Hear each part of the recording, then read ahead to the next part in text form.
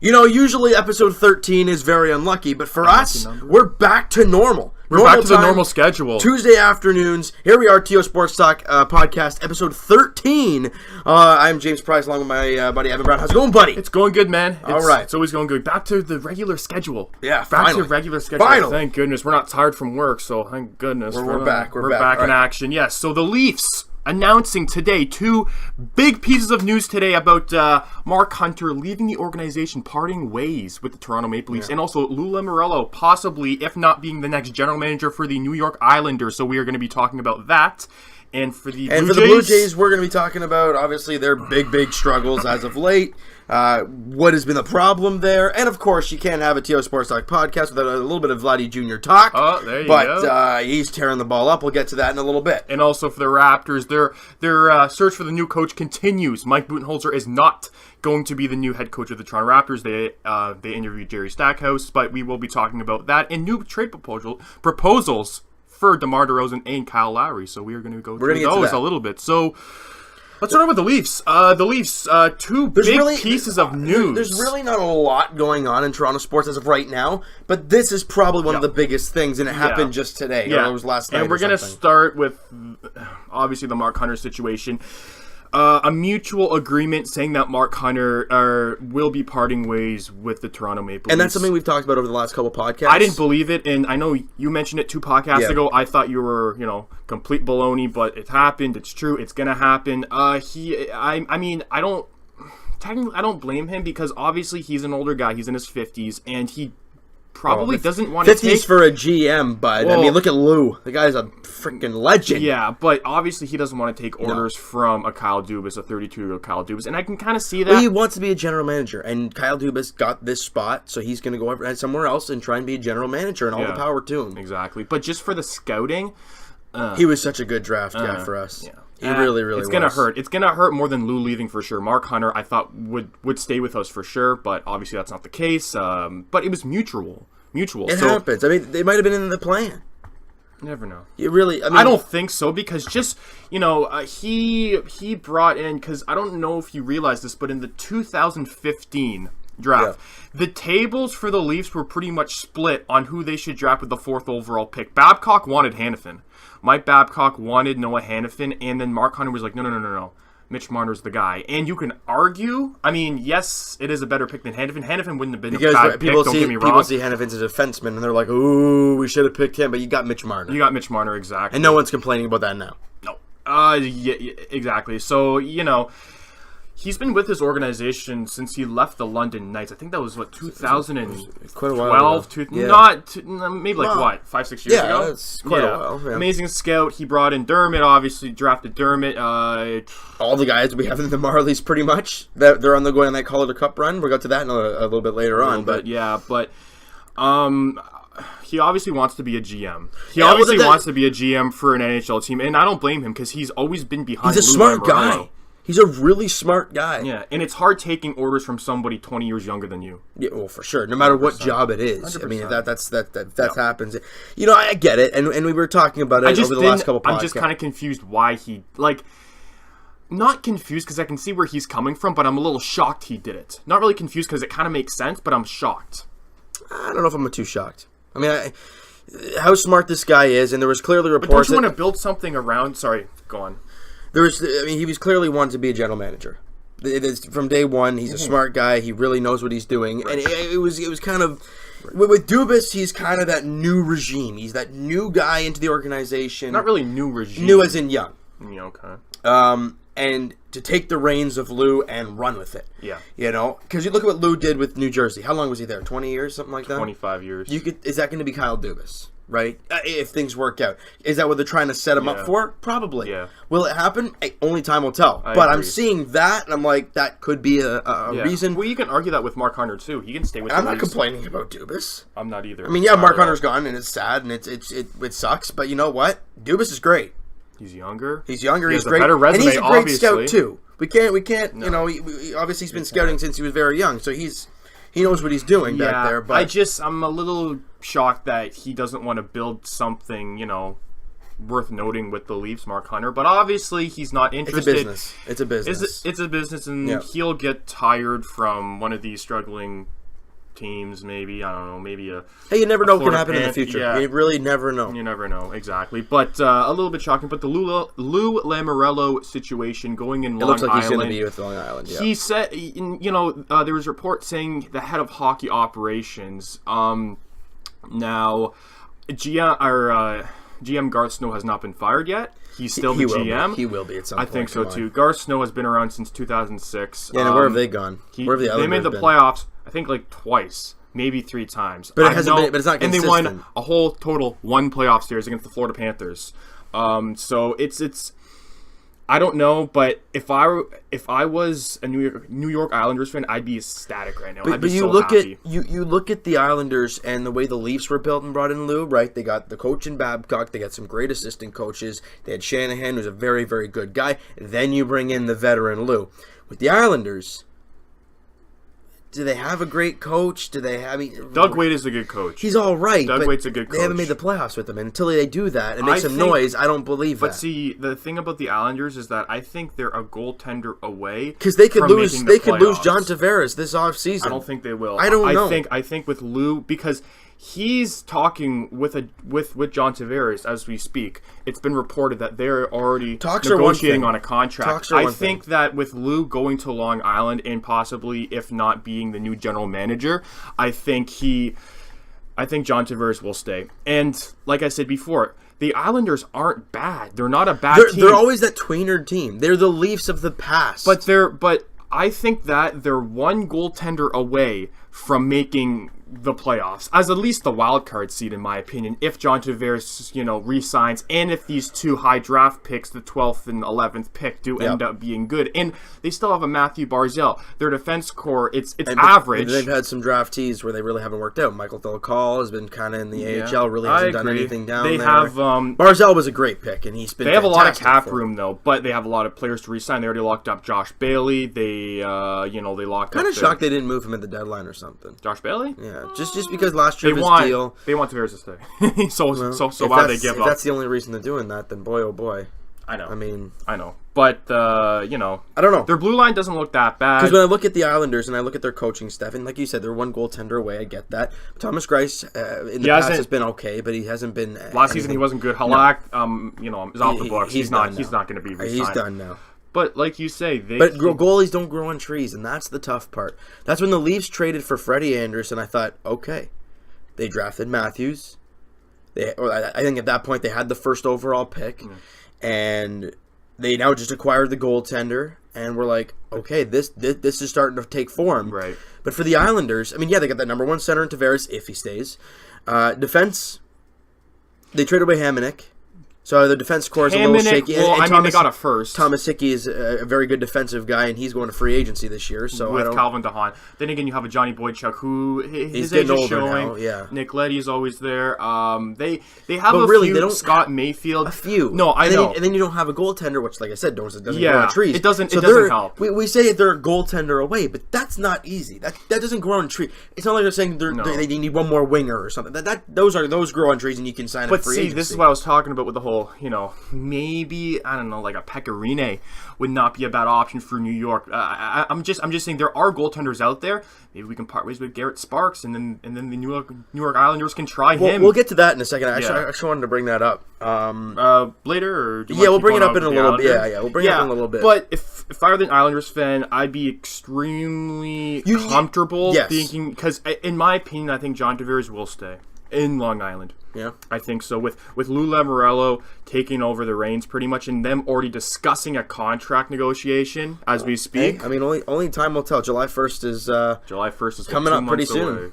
A month and a bit. A month and a bit. So only we can speculate. But do you want to actually? I want to talk. I want to briefly get in with the Garrett Sparks situation, or unless you have something else. Kind of going around the league, and then we'll go to the Marlies first. So the Carolina Hurricanes have recently said that they're having a fire sale. Everybody, there's 1 player that's untouchable, and that's Sebastian Aho. Aho. Okay. And we've actually heard that the Leafs are interested in Justin Falk, and I'd be like, thank you very much. I would be no thank you, because Justin Falk is I don't know what his contract is. No, his contract's fine. Everything's everything's pointing to a right-handed Jake Gardiner.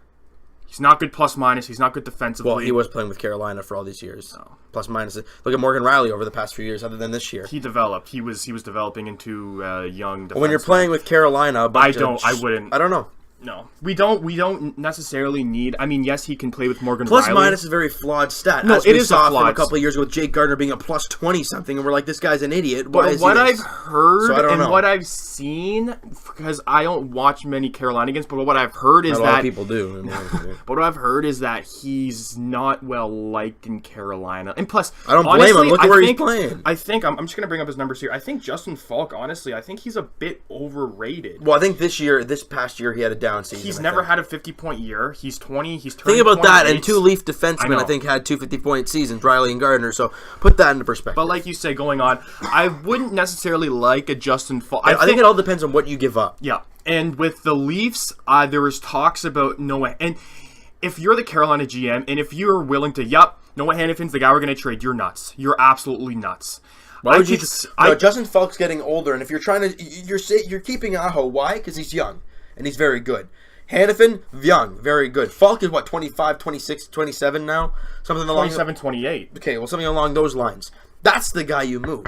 Well, it's not necessarily age. I think it's just ceiling, right? Because Justin Falk's capped out. Justin Falk isn't really good necessarily with Corsi. Nothing. But you do put him with Coach Babcock, and as we've seen with Gardner and Riley, they've been able to revitalize their career as much as Jake Gardiner. I know, but he's still a 50-point guy. And plus, you don't have to give up that much, like, because he had a down year as well for Justin Falk, right-handed shot. That can play with Morgan Riley. I don't know. But and maybe even a Jacob Slavin would not be that bad of an option too.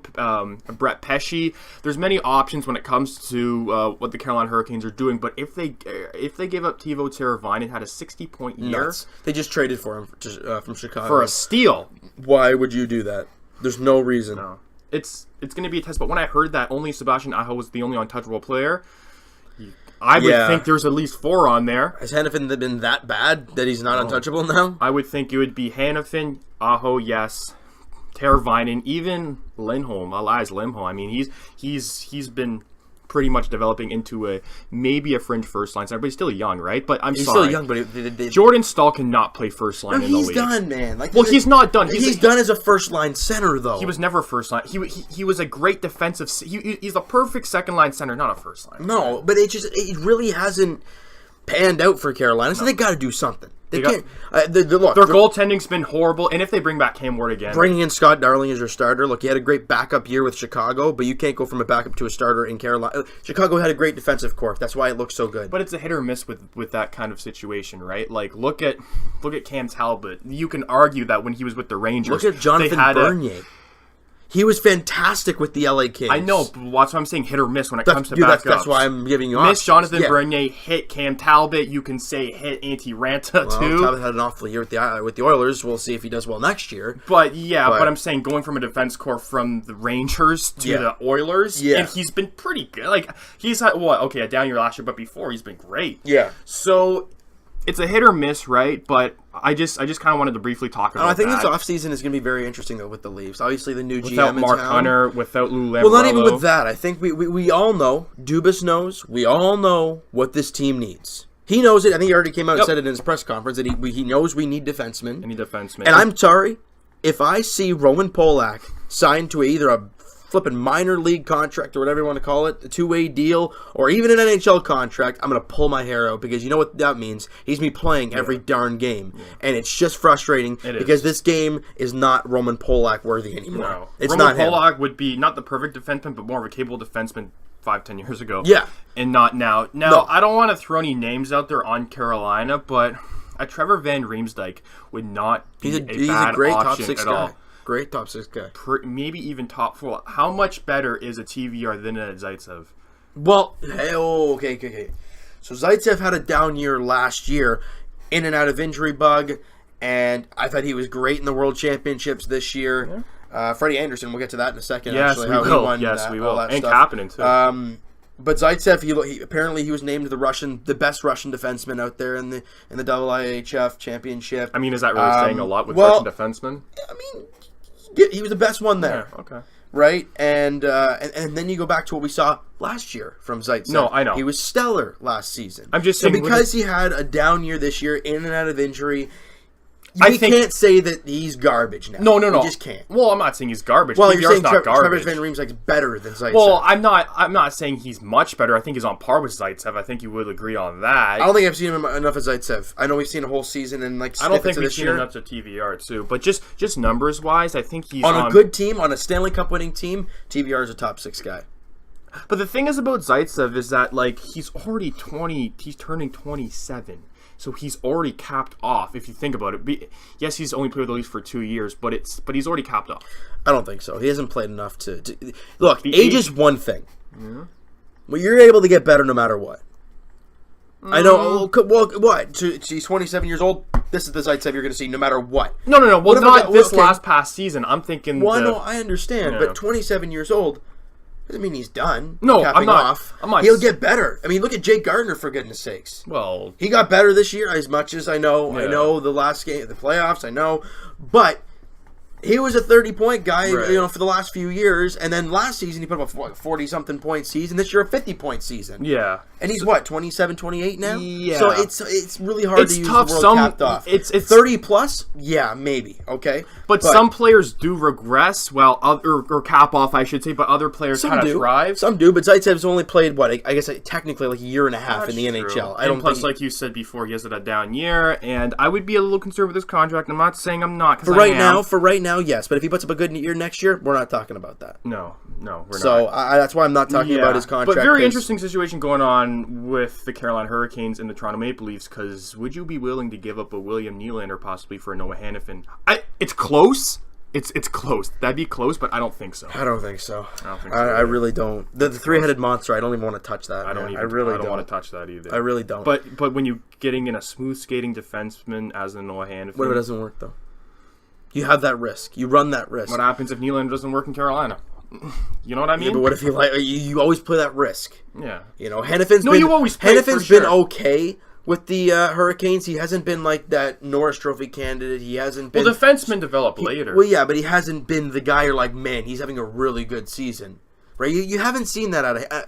could be that he's in Carolina as well. Yeah. But are you really going to trade a William Nylander, a consistent 60-point guy, for that? Yeah. Praying that he will get better.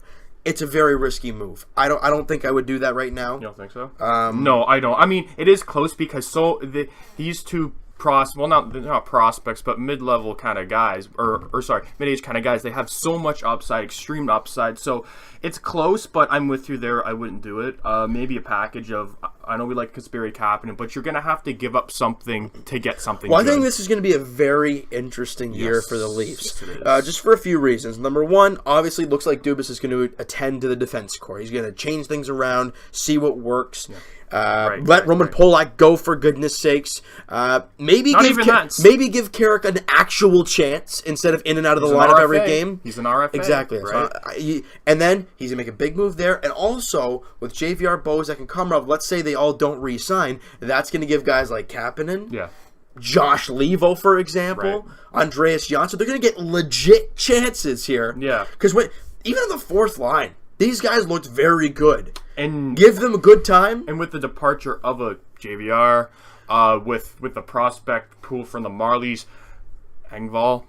He's been fantastic. Trevor Moore, you can even say. Altonen had 3 and goals in 2 games. The center they signed out of Sweden, I think it was. Par Lindbaum. Right. Why I keep saying Lindbaum? It's Lindholm. Whatever. It just comes into your head. That's fine. Yeah, exactly. But that's an option there. So it is. I wouldn't be necessarily shocked if we do make a trade with the Carolina Hurricanes, but I'm not holding my breath. Hey, because they seem like perfect trade partners for the Leafs. Yeah. Because they want to get good forwards and we want to get defensemen back. Hey, maybe they have something out. They've always had good defensemen. Yeah. Even if it's not a Hanifin, maybe Justin Falk or a Pesci.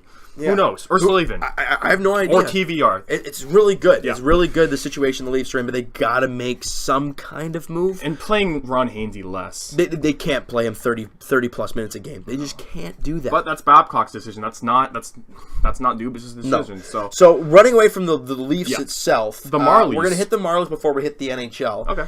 And with the Marlies starting their the Eastern Conference Finals, I guess, for against them. the Lehigh Valley Phantoms. Up 2-0. Won both games at home. Now they got to go to Lehigh Valley for For two. But if they lose one, it'll be a 3.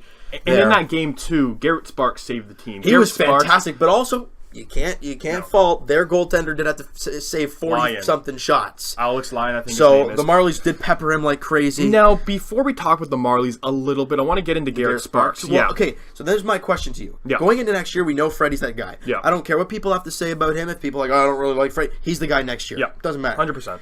McElhaney, Sparks, Pickard are your 3 guys that could back this team up next year. Now, the way Sparks has played this season, I really don't want him to play in the AHL next year. Well, the thing is about Garrett Sparks, I kind of wanted to get into this with you, is that, yes, he's a good goaltender, but positionally, he's not good at all. Like, he makes saves, but he's all over. He's like a Dominic Hasek kind of James thing. Reimer, because he's always flopping all over the place. Yeah. And with the one thing about the transition from AHL to NHL is positioning. It's a lot faster game too, and it's all because you can make that initial save, but if you're on your butt, someone's going to be right there to bang that puck. And that's all positioning, right? So with Garrett Sparks, I don't know if he'll make the transition into the NHL. That's why I'm saying right now, I think you got to sell high on Garrett Sparks. Yeah. What can you get back for Garrett Sparks? Probably something good. He's a very good AHL goalie, a fringe NHLer, a team that needs a goalie. Islanders. So there you go. So excuse me. Oh God. Sorry, James is just having a little bit of a meltdown. All right, we're good. Yeah. Okay. Yeah. So I mean, you can see that, but he's not proven. He didn't play last year. He played the year we came last. Right. And he got that shutout win against, I think it was the Oilers to start off the season. I think he was to start off his year. Yeah. See, I think he was okay, but I mean, I don't know. He's not proven in the NHL. A guy like a Calvin Pickard is more proven, obviously, but what this team has is goaltending depth, so I don't want to lose that. That's but funny, I do. We were so awful, back in the day with goaltending, and now we have too many. I know. It's great. It's great. It's great. I would say ride with McElhaney. I think he's going to I don't know. I really don't know. He's in the last year of his deal, obviously. Next year. I can't see him doing the same thing he did last year. Who knows? I didn't expect this year either. So I don't know. People say they signed a 2-year deal. We're like, what the heck's going on? And then he puts it this year. We're like, wow. Okay. Is it one? Yeah, it's one way. But if he struggles, we have 2 capable goaltending. But I think now with Garrett Sparks, you kind of got to sell high, on him, and maybe possibly even getting a second rounder for him. Maybe a third, more a third than a second, but hey, you never know. But going back to the Marlies playoff run, it's been crazy. It's been crazy. Mira Alton has looked awesome. 3 goals in the first 2 games for the Marlies in the conference finals there. Timothy Liljegren looked good. Travis Dermott struggling a little bit, but we all know what he can do in the NHL. League. We're fine. I'm not worried about him. Janssen being Andreas Janssen. And we're 2 ways away for 2 wins away from the Calder Cup. Have we won the Calder Cup? I know we won it once in 2012. No, we didn't. I thought we won it once. Nope. Oh, we've never won it before. Well, at least in my years of watching the Marlies, I've never seen it. Oh, interesting. They got to the finals and they got swept by Norfolk back in the day, but that was it. Yeah, interesting. Have we made it to a finals? I think maybe not since then. Not since that Norfolk loss. Nope. That's surprising because we've always been good. The Marlies have always been good. They really have, but they just haven't gotten back to the finals. So they're 2 wins away from that. Who's in the West? It's Rockford. It's Rockford and the Texas Stars. Texas Stars. Okay. So those are the 2. I don't know what that series is actually looking like right now, but I'm just going to open that up here so we can take a quick peek. But the Marlies, I mean, now they hit the road for 3. So this series can change really fast. Right. But you never know. This Marley team is very good. They actually set an AHL record for road wins in the regular season. Garrett Sparks set an AHL record, I think. He probably set a bunch of records. Texas is up 2-0. So the home team is up 2-0 in both series. Okay. So you could see a Texas. That's Stars. what that is. Didn't Texas win it? What was it? 2 years ago? Something like that. They won it quite recently. I'm pretty sure they did. They won it quite recently. But do you want to head over to the league there? Yeah, we're gonna head over to the NHL. I guess back to the NHL. Right. I guess and seeing and into the 2018 playoffs. And look at this. My reverse psychology works again. But again, you said Vegas in what? 6, 7? 7. And I said Winnipeg in 7 to kind of flip the tide. Well, Vegas won in 5. We weren't expecting that. I would think I knew Vegas. I don't know if Vegas would have pulled it off, but they obviously did in 5. 5 games. They won in Winnipeg to close out the season with a healthy Winnipeg Jets. Nobody was really injured. It was crazy. It was crazy. There's nothing really much to say. You know what? As Leaf fans, we don't know what Winnipeg fans are all about. But if you really pay attention to them, they remind me of the Montreal Canadiens. Yeah, they're a little bit over the top. But I mean, you gotta like that in one because in one aspect. I'm yes. happy for Winnipeg is all the years of them sucking so bad, right? But no, I am happy that they actually got past the hump and won a playoff series. They won 2 playoff series, right? They're winning a playoff game. Yeah, because they got swept in Anaheim the last time they were in the playoffs. playoffs. But what can you say about Las Vegas now? If I were you. Because all I've been seeing on Twitter and all over Instagram and all that stuff is Winnipeg fans complaining about the refs and saying they won the series, and that was that. Look, I'm sorry. And you know what's funny? They didn't. They always, when they went past Nashville and there were all this hype and they won the first game against Vegas, they kept mentioning the Toronto Maple Leafs. Yeah. It's like, oh, I'm glad you guys think about us so much when we're out and you're still in. Like, are we your really number one priority is to making fun of us and like? And something I want to go back to is in Vegas, Game 4, when Vegas won 3-2 against Winnipeg. I was seeing all over the place. Oh, the refs missed the thing on Mark Scheifele when he got high-sticked in the face. They missed this. They missed that. And yeah, referees do miss that, but they also missed a lot on the other side, too. Did. Also, power plays were 4-2 in favor of the Jets as well. I think that's with any big to medium-sized market. If they do lose a game, like look at Boston. Look at Brad Marchand complaining about the penalties. We complain if it's like lopsided the other way and you lose 3-2 or whatever. You won power plays 4-2, so I don't know why they'd be complaining about that, but that's just what I've been seeing. Yeah, that's where I'm I'm kind of happy for Vegas. I am too, and it would be a crazy storybook finish. But now let's go over to the Eastern Conference. Our dark horse team in the playoffs. They're hanging in there for dear life. They won. They won last night 3-0. They're taking it to 7 games, and that was, I think, a huge. I don't think Ovechkin scored. No, he didn't. Oshie twice and Devontae Smith-Pelly. DSP. But the big thing about this game. Yeah, is Braden Holtby. He was fantastic in the first 2 games. Yeah. Gave up a total of 2 goals in each game. Mm-hmm. But then in the 2 losses, he gave up 4 and 4. He really wasn't good, but then he comes back home and he gets the shutout. Game 7, what do you think is going to happen? I have no clue. This is on Wednesday. It's been a weird series. Personally, I say that this is the end for Washington, in my opinion. I don't think that they're going to win in Tampa. I don't know. I really have no idea. Prediction. Washington in 7. That's what. Right. That's my. I'm going to say Tampa in 7, but I wouldn't be surprised. Now, let's just say Vegas-Washington finals. Would you want to see the Vegas Golden Knights do it? Or Ovi with his... That's so tough. I think I got to go with that. I'm sorry, Ovi, but I got to go with Vegas. This will never happen again, I don't think. I know, but I don't know if Ovechkin will ever get to a cup final again. That's the thing. Yeah. So it's like there's always that. But with this series, I mean, we can't look by Tampa Bay as of yet. But this series has been all over the place with Tampa. I think just Washington. as a team, you have to realize that Tampa Bay is the better team than Washington, and they're playing at home. When I say that, it's Game 7. That's all I gotta say. Okay. You look at the first 2 games. Washington won both on the road. Yeah. You go to Washington, it was both at home. Then you go on the road to Tampa, you lose there. Yeah. Then you come back home, a place where you lost your first 2 games, you win that game. It's a very weird series now. I think Washington's been more streaky. Funny thing is, both teams have lost 2 at home and won 1. Both teams are 1 and 2 at home. So if that's the case, then Washington might win Game 7. You never know, right? So I don't know. I think we can both agree if it was Tampa Bay and Las Vegas, we would both want Las Vegas over Tampa. Right. But if it was Washington, I don't know. Iffy. No, it's a really tough thing. Just being able to see Ovechkin lift the cup and shut up everybody about the whole choking hazards and all about Crosby being this, Crosby being that. Yeah. And he has a cup now. Everyone would be people would say that Crosby has more rings than him. Oh, yeah. Well, Pittsburgh's going to say. Oh, of course they are. Of course they are. But you know what? Getting him that would be fantastic. Yeah. But then again, the storybook in Vegas.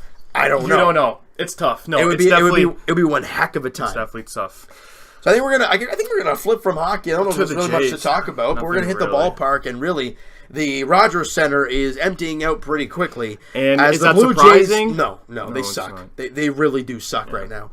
They got swept by the Oakland Athletics. Yes, Oakland. They've been playing well. I got to give it to Oakland, but you get swept. There's no excuse. And the way I broke it down in my last video was, okay, you look at the 3 games. Yeah. The last 3 games, game 2, 3, and 4. Game 2. Brett Anderson was on the mound, former Blue Jay, and he leaves in the second inning with some shoulder issue. Oh, I know what you're getting at. And they got 2 hits against him in the first inning, so we're like, okay, well, let's just get it going here. Who they put No, in? they bring out this guy that we've never seen before. He throws 3 innings, gives up 1 run, whoop-de-doo, and they shut out. They destroy the Blue Jays in that second game, and the Jays. Which game was that? That was a 3-1 loss. Because the pitching was great. The starting pitching was great. We've been talking about how bad it's been. It was great there, and then they lost. The thing, we played 4 games. We didn't even play 3. We didn't even Right, it wasn't a 3-game sweep. It was a 4-gamer. And then I go to the next game, Saturday. They were up 4-0 in the 8th, and then you give up a 5 spot in the 8th What was inning. the game where Kendrys Morales... Oh, we'll get to that in a jiffy. Here. So then you lose 5-4. You choke. You were up 4-0 in the 8th. Yeah. The 2 guys that have been automatic, Axford and Clippard, come out. They give up 5 runs, and you're like, okay, so there's our 2 guys in the bullpen that were any good. They just got rocked. And then in the flipping Sunday game, Jays down 9-0. They had 3 hits going into the 9th inning. Okay. 3 hits. Mm-hmm. You know who had 2 of them? Kendrys Morales. So no. Hold on. Question. Okay, I have a question for you.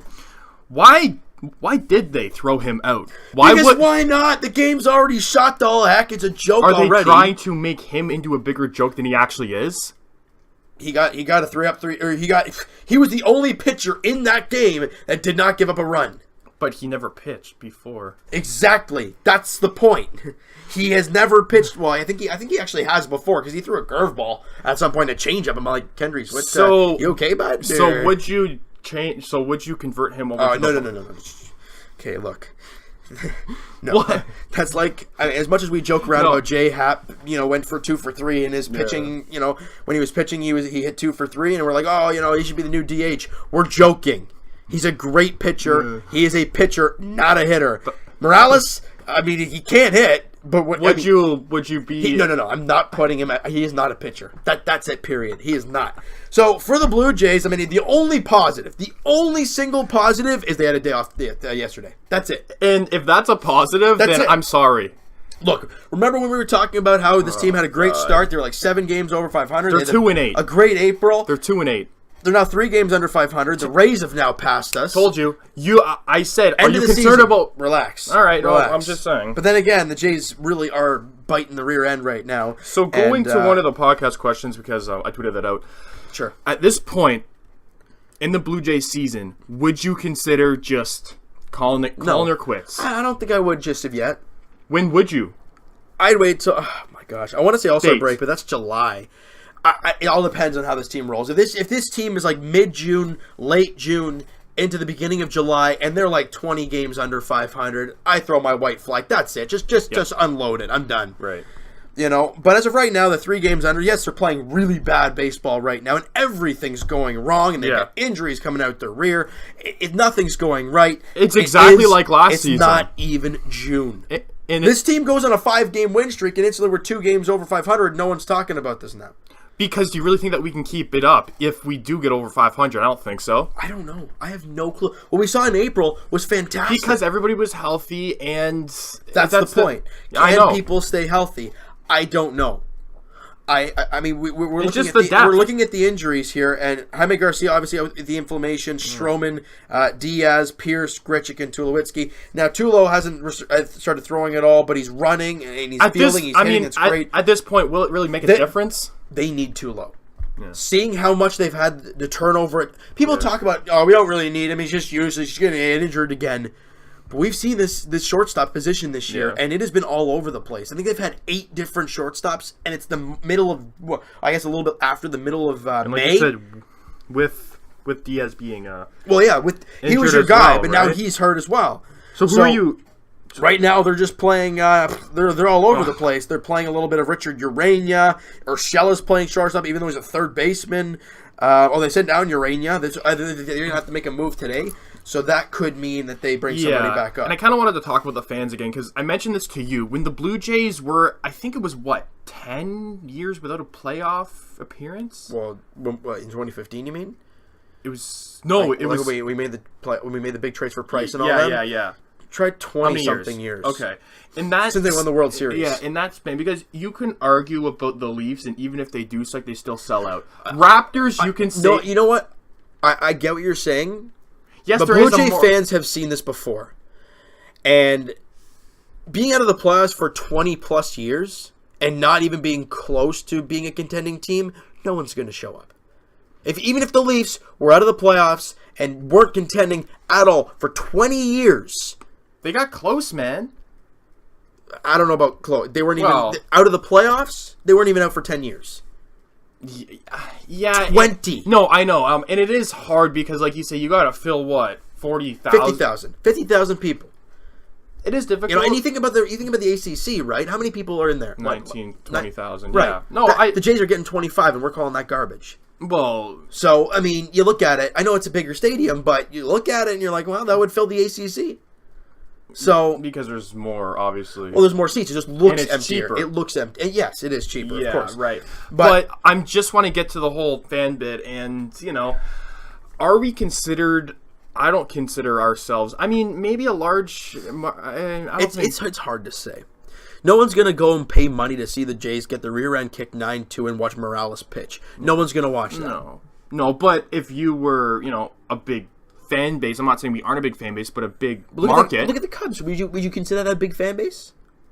Yes. Exactly. When they were garbage for many, many years, no one showed up. Yeah. Well, so it's really hard to say with baseball. This is 100 years of no World Series thing, and they've been awful for so many. Not obviously right now, but I'm saying even the Blackhawks. Look at the Chicago Blackhawks before the Taves and Kane era, right? So, once they become a good team, people hop on the bandwagon, and some people stay on the bandwagon, but most people are off with baseball. It's a hard thing to keep a fan base. It really is, or to keep fans in general, because it's such a streaky kind of. It's 162 games. Yeah. It's a long time, and it's all. And when your team's not good. When your team's not good, it's not helping. Well, what you just said, I agree, the bounces. Because I looked at, yes, the Jays lost 9-2 that game. Right. I counted 6 balls that went to the warning track and didn't leave the yard. That's a lot. That's a lot. I can change a game. That speaks for itself. So, but, hey, yes, it's a game of inches, but it got to go over. And let's run through the injuries real quick, kind of an injury update, I guess. We went through Tulowitzki already. Randall Grichuk, as much as people don't want to see him, You got to find a way to get him back here, because he did actually. I think you got. How long did he? Oh no! When he left, he went 2 for 3 with 2 RBIs. Yeah. It's one game, but hey, it's how long is he out for? Well, good news is, 3 days ago they posted that he's on. That's good news. He's going to be on a rehab assignment very soon. Hopefully this week sometime. That's great stuff there. Steve Pearce, he's still not even hitting. So and it's a shoulder thing, I think it is for him. No, left oblique. So he's not even swinging. So that's it. He's still out a while. Diaz, he's very close as well. He's a week away from potential rehab assignment. That was 3 days ago. Yeah. So hopefully late this week he'll be getting maybe a rehab assignment. That's good to see. That's a shortstop. That is a shortstop right there. Grichuk's an outfielder. That's great to see there. Now, do you want to keep going about the injuries? We'll keep going here. Marcus Stroman, he's still not even throwing, and that was almost a week ago. He's still a little ways away. Jaime Garcia, he'll probably be back. Lands on DL. I think they said that he's going to be back right after his DL stint. So the question I have now, let's say he does make his next start. Who are you talking about? Garcia. Here? Okay. There were 2 guys filling holes as of right now for Stroman and Garcia. Yeah. Gaviglio and Joe Biagini. Okay. Biagini has looked awful. He was, like I said in my video, he was pitching the 9-2 loss, but he was not. It was not the problem. It was not the problem. Okay. Josh Donaldson was the problem in that game. Now, I kind of wanted to go on Josh Donaldson here. Yeah, we'll get to him in a second. Okay, all right. For Garcia's next start, if he starts, so that means we have 4 healthy starters. You need one more spot. Do you throw Joe Biagini out there, who has been awful? Yeah. Gaviglio has given 1 start. Is there anybody from the farm team we can bring up? There's one guy that I think is going to be on this team in the future that if they can't find another guy, I think should get a chance. Ryan Barucki, however you pronounce his name. But that's the thing. He's a lefty. He's definitely a piece of this future. But that's the thing. We're not really working with anything here when it comes to Joe Biagini. Right, and with Gaviglio, he threw 5 1/3 shutout innings when he went out there. Yeah. He gave up 6 hits. Right. Walked 1 guy and struck out 4. And he was great. So, but John Gibbons loves himself some Joe Biagini, and I swear, he's struggling. I swear, and if that next start, if I see Gaviglio not starting and I see Biagini starting, I'm going to lose it, because what have you seen from Biagini to see anything good? At this point in the season, now we talked about the Jays hopefully getting into a wild card spot. Let's just say we do that, right? And let's just say that we're out. First game, we're out. It doesn't matter who we face. We're out. It sucks. Okay. If you were a Josh Donaldson, would you even want to come back? No, he's not coming back. He's not coming back at all. No. So my personal you've come to the conclusion that even if we do exceed expectations, he's not coming back. Okay. Because my opinion is that this management's team knows Vladdy Jr. is this third baseman of the future. Yeah. And Vladdy Jr., we'll get to him in a second. He's in Double-A right now. We'll talk about how he's doing. But I think he'll be here next year. And if Donaldson goes, it's a nice transition. So at this point, would you trade deadline or just walk him off into the sunset? I think it all depends on what this team's doing at the trade deadline, or even if they're doing atrocious before. When is the trade dedeadline? July. I think it is. So it's around the All-Star break. Yeah, it's just and then by then we'll get a good look because it is still early in the season. I asked a question. In my last video. I'm like, okay, we've talked about major league experience before and how you need 6 or 7 years of it takes a while experience to hit free agency. Yeah, before you have to go through arbitration beforehand. That's why Josh Donaldson has hit arbitration all these years because he was a late bloomer. He never hit free agency. No, this is his first year. Wow. And that's why he's going to test. Yeah. With Vladdy, do you want to burn a year right now in a useless season? I don't know. But so I asked the question in the last video. I'm like, okay, so September, there's always September call-ups. The rosters expand. You can bring up some young guys and see what you got. Does that count towards a year of your eligibility? Comments came back. No, it does not. So would you wait next season until September? If this team sucks at the deadline or before, they move Donaldson, suck until September, and then when September comes up, Vladdy's coming up. But see, I don't know if Atkins would necessarily do that. Well, I don't know. Only time will tell. But that's just what I think should happen if things are going down the drain. Yeah, and it looks like things are already going down the drain. We've just got smoked by Oakland in 4 games, and we're 2-8 in the last 10. If you're trying to find a positive, you now play a 3-game series against the LA Angels, and everyone's thinking, oh, the Angels, they're so good. Well, they've lost 5 straight. And they're out of a wild card. They are. I think. I know the Houston Astros, like we talked about, have come back to form. We all expected that. Yeah. But you look at the LA Angels and where they are, and I mean they're a good-looking team, but can they take form and continue to be a dynamite force in the American League? Right. I'm just trying to find the standings here for the wild card. But for the Angels, the wild card spot. There we are. All right, who's in the wild card spots? Boston and the Yankees passed Boston, and then Seattle's right there. Jeez. And you saw what they did. You talked about Seattle last podcast. They're didn't good, you? but they did lose Robinson Cano. So obviously the PEDs and everything. So that could change that a lot. But for this Blue Jays team, we can't be focusing on playoffs right now. We got to get back to 500. That's that period. Yeah.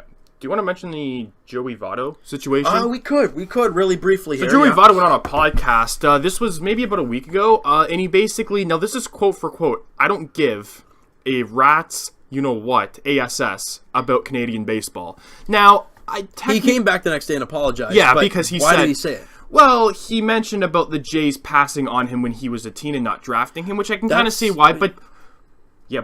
But teams hit or miss. But you don't complain about Canadian baseball that way. And it's based, I mean, you're a veteran guy. I mean, he's an older guy, so we should be able to, say the right things, not be saying all this kind of stuff. But Joey Votto's been in Cincinnati for his whole career. Yeah. And how many questions have he been asked by American reporters? First is saying, "Oh, so you're Canadian, right?"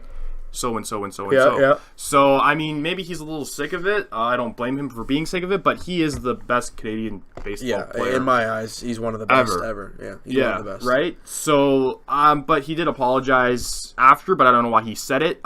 It's maybe because they didn't really...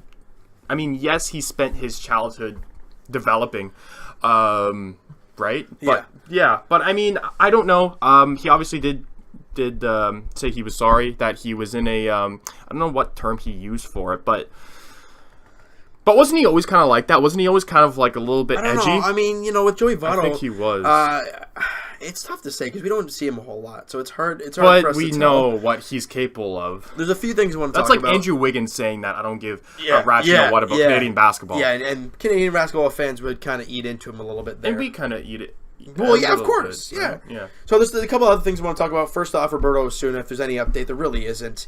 I mean, obviously, he's going to have in court next month in June. Okay. So his administrative leave, they've extended it until May 28th. I assume that's going to continue to extend as times go on. Basically, and also, we're not going to see him anytime soon. Something we really haven't discussed at all, Jose Bautista has been released from the Atlanta Braves, and that looks like it could be the end of his career. But I'm shocked because he had, 3 home runs or something like that? He was hitting a buck 143. He wasn't really hitting a whole lot. He wasn't really doing much there. He had a few home runs, but other than that, nothing But special. he still wants to play. He didn't look necessarily bad, though. When you're hitting 143, you're not going to play. I mean, maybe you can see him. Do you think maybe, for depth for the Yankees or the Red Sox? If he goes there, I'm going to lose it. Yeah, I am too. I don't think he'll ever go I think there. he'll call it quits then. I think that'll be his... At that point? That's his breaking point is right there. Maybe he should just He sign just a got one-day released contract. out of a minor league contract. By the Braves. Which means he could have been sent down but to AAA, but no, that was it. But maybe he didn't even want to be sent down to AAA. And the way that Atlanta's playing right now, they don't want anybody washed up. No. They don't need some big story about a guy who was great and is now maybe no good. He's not good in the locker room. At this point of his career, he would be maybe a little grouchy. I don't know, but he's on a good team, so I don't know. I don't know how they would play it Personally, out. I would think, like you said, just sign a one-day contract with the Jays. Retire. Get your number. I think it might happen. Would you think his number will get retired? Yes. 19? He's all over the offensive record books for the Blue Jays. I don't think there's any doubt that he should be on the level of excellence. Agreed. But yeah, it is. It is the last thing shocking. I want to talk about, of course, the Vladdy Jr. update, because we got to talk about the guy. Yep. And I mean, I haven't really looked at him in a couple days. But last time I saw, Buddy was hitting 420, 416 or 420 something. The guy is nuts.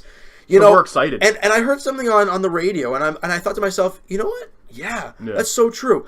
Vladdy Jr. is hitting I'm going to find this here. He is now hitting, let me see if it's 421. The guy's nuts. The guy is ridiculous. He's hitting, and the great thing about Vladdy, we talk about strikeouts and Morales having a ton, and anything less than anything about a strikeout a game is a little too much. Because you put in perspective, 162 strikeouts for 162 games is a lot.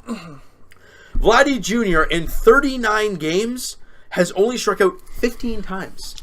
Half of the games, under half. So he's playing. He's walked more times than he struck out. Double A.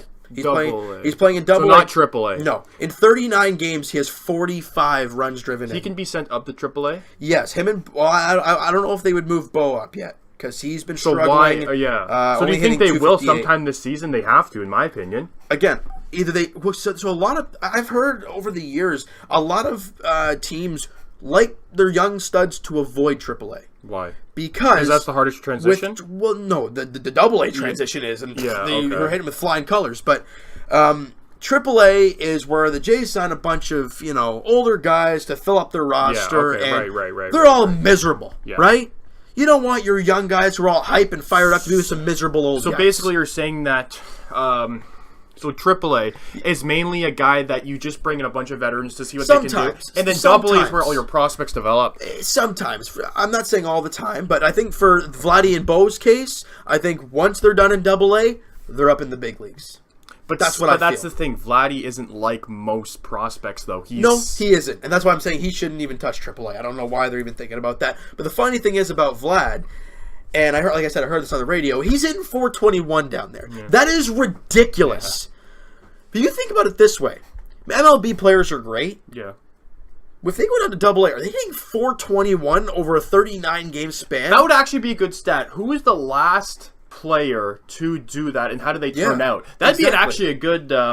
Maybe that's something we can research next podcast to see like what player was hitting 421 in Double A and how did they transition to roughly same age as Vladdy? Yeah, that'd be actually a good question. So that's that. I really don't think there's any much to talk about. We had a little bit of Vladdy talk. We had a little bit of Bo talk. I mean, the Jays, he's been struggling. The Jays, they just have to.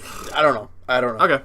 Only me and you are both speechless. You just got to get through the season, I guess, at this point. But now we're going to go to the hard court, the Raptors, and not much at all to talk about. No. Well, again, they're last, and I think that they're last for the first time on this podcast, right? Well, yeah, because really what happened, other than Mike Budenholzer signing with the Bucks. He did sign with the Bucks? Yeah. Okay, and then they interviewed Jerry Stackhouse. I would have liked Mike Budenholzer better than Jerry Stackhouse, but that's obviously not the case. The fact that Budenholzer has never beaten LeBron ever in a playoff series, I don't know. But he's more established, obviously. But then again, you have a Jerry Stackhouse who knows the organization, who knows the players exactly. So you could be trying that. Is there anybody else? I think I've seen Nick Nurse. Yeah, I've seen I don't think Rex Kalamian, the other assistant coach. Who is the old coach for the Cavs? Is he still out of a job? I have no idea. I don't know the name, his name off the top of my head. But I think me and you would like to see Budenholzer, and I said that on the last podcast. Now that he's gone, happened. I want Stack. I think so too. I think that's my guy. I think so too, because like you said, he's brought a championship to the 905. Yes, the 905. And obviously this year they went to the finals too. So there you go. So I mean, he clearly knows how to win with that team. I understand the 905. I think and then LeBron James, a big difference. And we're not really working with much when it comes to coaches. There's not a lot out there. No. So really if I were you right now, I think that we will sign Jerry Stackhouse to be a head coach position. Yeah. I don't know how many years. I don't know what the cost would be. Whatever. But yeah, I think that would be great. I think that's exactly what they're going to do. Now going to the trade proposal, I don't really like talking about these trade proposals because they're not going to. It's just rumors, right? Yeah. But the new rumor is that the Minnesota Timberwolves are looking to play hardball. They're looking to maybe ship out an Andrew Wiggins. Now, Jimmy Butler has said that he tried to recruit Kyle Lowry last season. That didn't work, obviously not. Yeah. So it was proposed that maybe you send over a Kyle Lowry and a Pascal Siakam for a Andrew Wiggins. Now that's a big package. Yeah, well, the way Siakam has, there's no way that they would do Lowry for Wiggins straight up. No. But if you throw Siakam in there, I'm hyped about him. I love Siakam. Would you? Okay, would it be Siakam or Wright? Who would you rather give up? If it were you, I don't know. I mean, Van Vliet's already there, but DeLon Wright has a point. He's so good. It's such a tough move because then with Wiggins here, that's one of your small forwards, right? Yeah. What do you do with OG then? I mean, if he's going to be that next guy, yeah, he's still got time to develop though. Right, but if you have Wiggins there, he's still young. Where's he going to develop? So you would possibly say in a Lowry and an OG for Wiggins. I would. If that's the case, we want more back. I want to pick as well. Sure. OG has that real raw talent. Kyle Lowry is not getting any better. Nobody is still very good, and he had a very good season. And like you said, we are getting a big contract off the books, right? Yeah, that is one gone. And you can pretty much sign Wiggins for Kyle Lowry money. I mean, maybe he want a bit more. I don't think he'd want much more. I don't know. I don't know what would happen in that trade. But just knowing that, oh man, if Wiggins came to Toronto, Canadian boy, Toronto boy, oh my goodness, Andrew Wiggins with the North shirts, Andrew Wiggins this, it'd be great. But so that was one of the trade proposals because. Like I said before, I'm not sure about that. I don't want to give up a DeMar DeRozan at this point in his career. I wouldn't feel comfortable. Anybody else on this team, I would, except for DeRozan. I just don't know what Masai has up his sleeve. I don't really know at all. He better have something up his sleeve because let me tell you, if he doesn't, if we go back into next season with the same team, I'll be like, why? And no. If we go back. Like you said, with the same team. And if he says, oh, well, we're going to be a better team because the rookies are going to be better. Don't give me that. I don't Unless OG's averaging 12 to 15 points a game, which he won't. I don't think he will. I have no idea. He might. You never know. But I don't think he will. Who knows? Right? You can't bank on that. You can't. So that was the really only big kind of... I don't know if it was proposed. It was probably looked upon, but that was the only thing about Toronto and the T-Wolves maybe doing something because Wiggins had a down year in Minnesota. Yeah. Right. But I mean, and like you said, Butler and Lowry are good friends. Yeah, they are. So really close. I wouldn't be opposed to that at all. I don't know. I have no Maybe clue. you can see, I'm just speculating here, Wiggins and a Jeff Teague for OG and Lowry. That would not be that bad, in my opinion, because Jeff Teague has looked suspect in Minnesota. He doesn't look the same as he did in Atlanta. No, or even in Indiana. Yeah. Right? So, I don't know. I just know that Jerry Stackhouse is probably going to be He's going to be the next coach. guy, and I don't think it's going to take much longer just because of the fact, like, who else you got to choose from. I guess Nick Nurse, but I mean, Stackhouse, I don't know. You don't have a lot to choose from. He's already in the organization. He's won a championship. He made it to the finals last or this season. Or was it last season or this season? The last year they won the championship. This year they made it to the finals. Oh, there you go. Right, so it's obviously something's working. I haven't heard of any players. Lorenzo Brown, who they brought up briefly, he won the MVP down there in the G League. Okay. He was named the MVP of that league. So think about it this way. I think he's a little bit older, but I mean, you think about it this way: Stackhouse brought this team to back-to-back championships, didn't win it, but they won one and they lost one in the finals. Right. And you have the MVP of the league. Now, obviously, the MVP of the league could be Lorenzo Brown, but it just could be him playing well. Well, it obviously has to be more than the players. It has to be the coach as well. Exactly. Right. So I think about it like, Stackhouse has really done everything he can with the 905. Exactly. So, but what's next? This team. Exactly, because the 905, like you say, they can do all that they can. I mean, there's no really players that we sent down that look good that can possibly be up. Yeah. You know what I mean? Lorenzo Brandon, okay, but I mean, they're all veterans. You won't have him start. You won't have him in a key That's why I'm saying role. Now, you sign Stackhouse, because I think that's what's going to happen. And then, or you hire him, whatever. And then you make a trade. Whatever that trade is. If it's a small one, there's going to be more. But if there's a big one, drop it now. Or drop it at the draft. Yeah. Drop the big trade up at the draft. And do you think they're going to go after a pick? Yeah. I don't know what kind of pick. I don't know what they do, but... you could see, like I say, if they... Because obviously they have a mid-first round, the T-Wolves. They have a mid-first round pick because they got eliminated in the first round of the playoffs. Yeah, I could see us getting a pick. Because we don't have a second rounder. No. We got nothing. So... Even if we do, it just gets something, even a second rounder. But I think with this team, I think Masai wants to go after that first pick. I don't know. It's going to be very interesting to see what Masai does. If he does nothing, we're all going to be frustrated. Especially before the draft, because it's like we need a pick. Like we need someone new on this team, whether that be from the draft or from a trade. We need free something. Agency, but there really isn't a whole lot there. And why would you want to come to Toronto? What free agents would want to come to the Raptors after what happened? Yes, we had 59 wins. You can't win in the playoffs. Exactly. Sorry, rewind that. You can't beat LeBron. And that's what... But really, a lot of teams are having a problem with that. Do you want to We'll get to that in a little... Just forget it. We'll get into that now. The Boston Celtics were up 2-0. And I say it, I will continue to say it, until LeBron is dethroned, he is the best in the East. I don't care what Celtic fans have to say. But you know what's funny is that...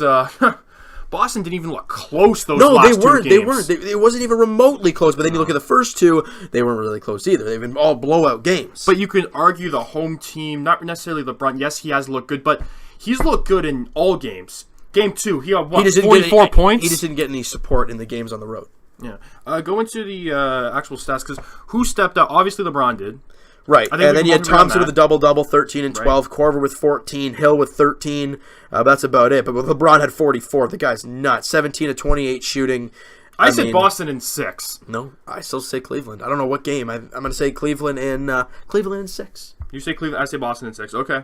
Players have looked kind of suspect for Jaylen Brown's. He's shooting a lot though. Yeah, but then you look at the other game. You look at the Game 3. Right. LeBron had the double-double, 27 and 12, but Love had a double-double, 13 and 14. Right. Thompson with 10 points, J.R. Smith with 11, George Hill with 13, Korver with 14. He got help. And then you look at Boston, Tatum with 18, next best is Rozier with 13 and Brown with 10, and nobody else there is past. Bad game. They had a bad game. Oh, then Monroe with 10. So Boston has not... lost a game at home this whole playoffs. Right, but so that's really, a pretty much for them. I mean, win. they have Game 7 at home, so if they continue that stretch, they'll win in 7. So it's going to be a very interesting way. If Cleveland comes out and they win Game 5 in Boston, huge. It's over. Yeah. I think Cleveland will take it home in Cleveland, and that's it. I can agree with you. That's why I'm saying Cleveland in 6, because if Boston loses, tough though. Because why would LeBron have to call out his team that he needs help? You know what I mean? They come out and they help him. Yeah. So it's very interesting to see. But it is. But going to the West, do you want to go to the West? Yeah, we'll go to the West and Golden State and Houston. Look, I'll still say it. Golden State is still the better team. I don't care what anybody says. When you beat a team in the playoffs, the number 1 seed, by almost over 40 points, it's bad. 126-85. No, I know. Yeah, 126-85. I mean, Harden only scored 20. And nobody else was in double figure, or no one else was in big figures. And I told everybody this: if Houston didn't win Game 2, I think that they would have been swept. Yeah, I think that they would have been swept. I agree, but they won Game 2, and then they obviously got blown out in Game 3. I'm going to say Golden State in 6. I think they're going to. I think Houston's going to win one more, whether it be at home. I'm still riding with Houston. I don't think so. I don't think they got a chance in all heck. Really? Yes, they beat them the Warriors once at home. They lost by 13 in Game 1. How can you win? And they lost by 40. And how can you win still in Golden State? You know what I mean? You just got blown out by 40. So how can you win? Look, their home court is gone make right it close. Now. Their home court's gone right now. Yeah. They lost one at home. Now Golden State, they play tonight. Game 4's tonight. And still in Golden State. So how can you beat them? How can you beat Golden State? If Golden State wins tonight, it's over. It's done. You're down 3-1 to the Golden State Warriors, and going back home, I get it, but I mean, really, no. Then you got to win one. You have to win one in Golden State nonetheless. I mean, Houston did put up good numbers in Game 2. Like you can argue that they blew out. They did. In Game 2, Game 3, they only had 85 points on the road. It wasn't good. Chris Paul only had 13. Capella with 13 and Harden with 20 and Gordon with 11. And other than that, no one else is in double figures. Then you go to Golden State. Durant got 25. Curry with 35. And everybody, their whole starting lineup was in double figures. Yeah. So I mean, you look at that and it's a really tough thing. But I'm going to say Golden State in 6 and Cleveland in 6. Okay, I'm going to say Boston in 7. Yeah, Boston in 7, and I'm gonna say Houston in 7 as well. So you want to switch over to the questions? Yeah, we'll go right to the questions here. Not much else NBA talk. Really, not much else going on here. So let's get to the questions. Who we got? Okay. Let me just. Sorry. Again, I'm very prepared for the questions. Yeah, of course. As always. Yeah, of course. Okay, yeah. Roderick B, your man. Yeah. Okay. With the Blue Jays playing badly as of late, what do you think the team should work on most if they want to clinch a wild card spot? Other than the injuries, because you can't work on that. Honestly, man, I have no clue. Well, you have to answer the question. Hear me out. We said earlier the starting pitching had to be better. Yeah. That's been better. Everything else is faltering.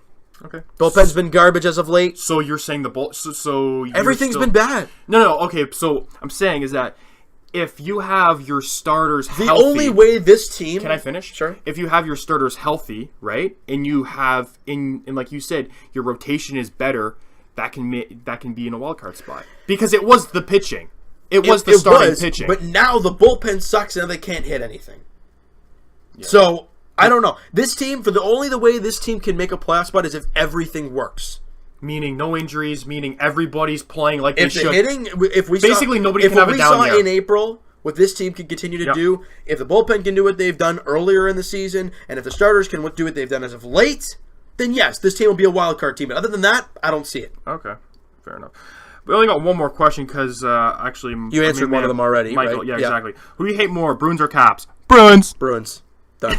Easy. Okay, so I think that's going to be... That's going to wrap this baby up, Pete. That's going to be it, guys. All right, so I thank you guys for listening. We all appreciate it. Every Tuesday, send those questions. Thank goodness we're back to normal. It just feels nice. It feels normal to be back here. Oh, yeah. But it's great to have you guys back on the podcast, back to normal time. Send those questions Monday, Sunday, whatever time before Tuesday. I'll probably tweet it out to you guys just to make sure. Yeah, Sunday and Monday, really, when they fire the questions out there, because then they're fresh in our minds, and then we're good to go there. But once again, we really appreciate all your guys' support. Up to 70 subscribers.